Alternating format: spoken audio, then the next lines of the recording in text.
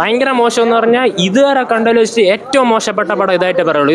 എന്നിട്ട് മോഹൻലാൽ പിന്നെയും ഭേദമായിട്ടുണ്ട്. 5 മിനിറ്റേ ഉള്ളൂ, ഭേദമായിട്ടുണ്ട്.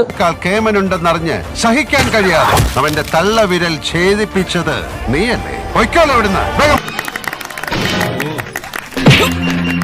പറ്റൂല. ഇത് മലങ്കൾട്ടിന് മേലെ എന്റെ ബ്രില്യൻസിനനുസരിച്ചുള്ള പ്രേക്ഷകർ സിനിമയ്ക്ക് കയറിയില്ല എന്നുള്ളതാണ് വസ്തുത.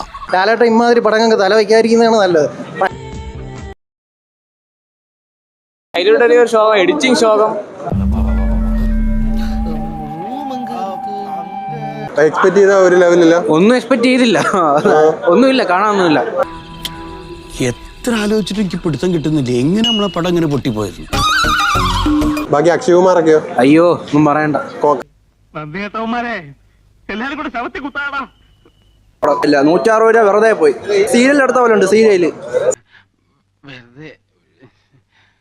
AC ഉണ്ട്, പിന്നെ ഇവിടുത്തെ ഓടി വണ്ണില്ല, നല്ല സ്ക്രീനാണ്, സൗണ്ട് സിസ്റ്റം കൊള്ളാം, പിന്നെ സിനിമയില് പ്രീതി മുഖതം കൊള്ളാം, വേറൊന്നും കൊള്ളൂല.